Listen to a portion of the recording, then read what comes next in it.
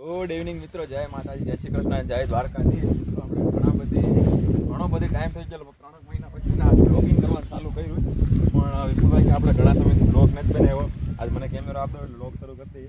આપણે છે ને દાંતેડા લઈને ઝવેરનું છે ને ઉદઘાટન કરી નાખવાનું છે.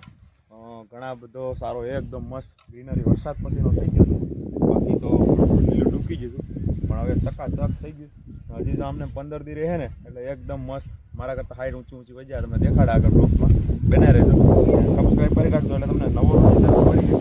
અત્યારે અમે ને 1-2 છે આગળના પાસે નવું સોફેલ છે એ તો બધું કાચું છે, એમાં નહીં વટાય. જેટલું બને ને એટલું એક ટાઈમ ગાયને લીલું મળી રહે ને એવો પ્રયત્ન કરીએ. બાકી ઉપરથી મેઘરાજા પણ સરસ મજાનો શરૂ થઈ ગયા છે, સાંટા શરૂ છે, પણ તોય આપણે ગાયને લીલી નિરણ ન તૂટે એના માટે એક પ્રયત્ન તો કરવાનો છે. વાડીને ડાળીએ ફટાફટ પહોંચાડી દઈએ. મોબાઈલને કેમેરો ખિસ્સામાં મૂકી દઈએ, ફટાફટ કેમેરો ખિસ્સામાં મૂકી દઈએ અને ગ્રાસ વાટી અને ફટાફટ ગાયની પાસે પહોંચાડી દઈએ. ઘડીક વરસાદ આવે એ પહેલાં. તો વિડીયો બનાવી દો કન્ટિન્યુ. જય ગો માતા, જય ગોપાલ.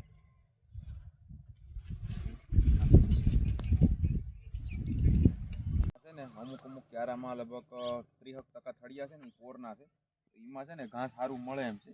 તો એ આપણે ખાલી વાટીએ. બાકીનું છે ને આ બધું કાચું છે. હજી છે ને આવડા એ નવેસરથી પાછું તોફાણ કરેલું છે આમાં, તો એ આપણે નહીં વાઢ્યું.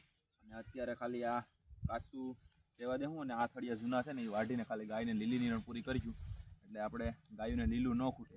તો આ પ્રયત્ન કરીએ 15 દિવસ એડજસ્ટ કરશું ને તો પછી નવેસરથી ખૂટી જાય.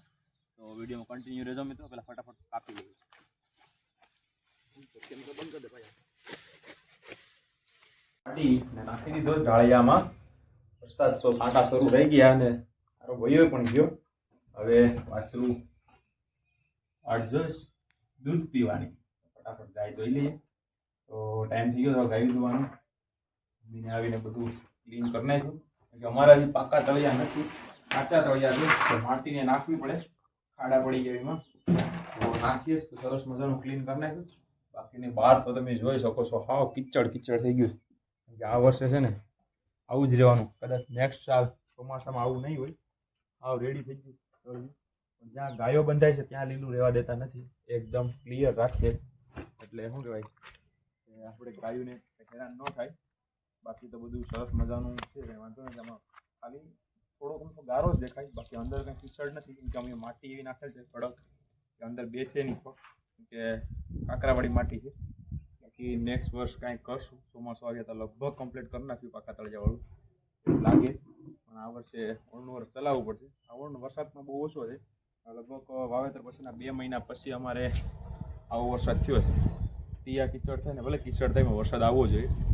ઓળનું વર્ષ ચલાવી લો કંઈક વિચાર્યું. તો ફટાફટ ગાય ધોઈ લઈએ. તો મમ્મી એક ગાય ધોઈ લે, પછી 2 ગાયો રહે તમે 2 ભાઈ ધોઈ લો. ચલો ફટાફટ કન્ટિન્યુ રહેજો બ્લોગમાં.